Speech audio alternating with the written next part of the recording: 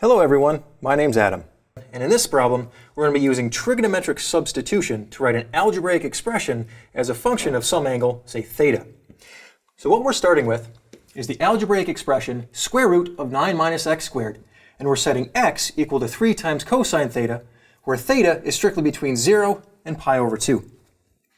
So the trigonometric substitution is kind of a fancy word for taking a variable set equal to a trig function and plugging that into our algebraic expression. So that step is pretty straightforward. So what we're going to do is simply take our variable x, which is equal to 3 cosine theta, and plug that in for x squared. Or plug that in for x inside of x squared.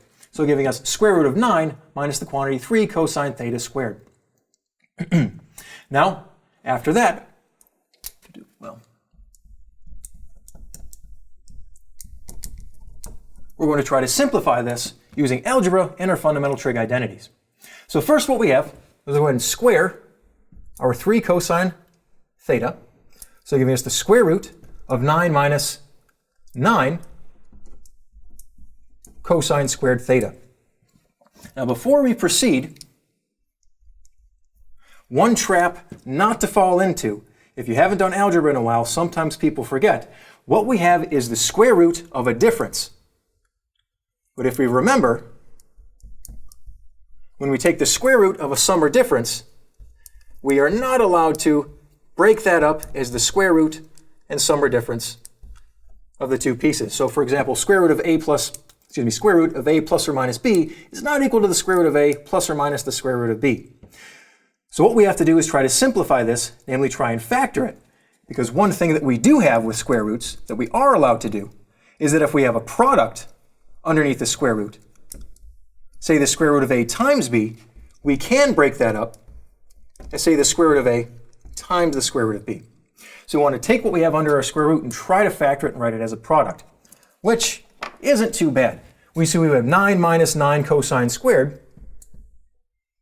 So we can factor out our 9 inside our square root, giving us square root of 9 times 1 minus cosine squared theta. Okay. And then using the formula we have, we can break this apart as the square root of 9 times the square root of 1 minus cosine squared theta.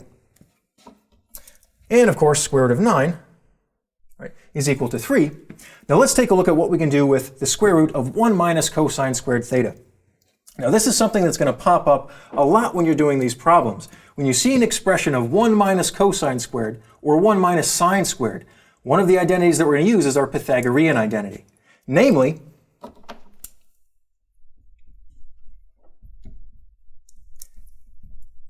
that sine squared theta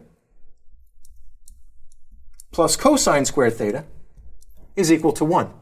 And how can we use this to get 1 minus cosine squared theta? Well, if we notice, if we subtract cosine from both sides, this will give us that sine squared theta equals 1 minus cosine squared theta. So we can make that substitution. So over here we're going to have 3 times the square root of sine squared theta, in for 1 minus cosine squared theta. And of course, last but not least, we're taking the square root of sine squared, and this is equal to 3 sine theta, for the angle theta between 0 and pi over 2. Now there's one thing before we leave that we should pay attention to. Start of the problem, we said that theta had to be between 0 and pi over 2. And so far, we've never used it. So why do we need that specifically? There's one little nuance when you're taking square roots here that this is important. And that is,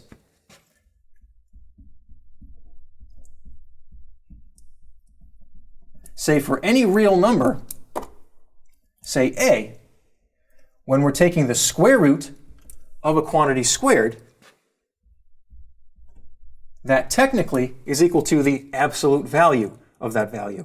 Now, that works out,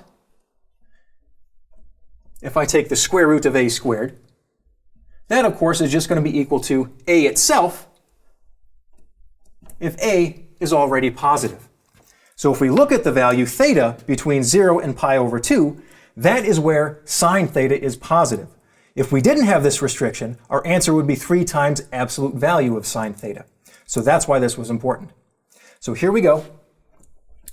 Thank you very much.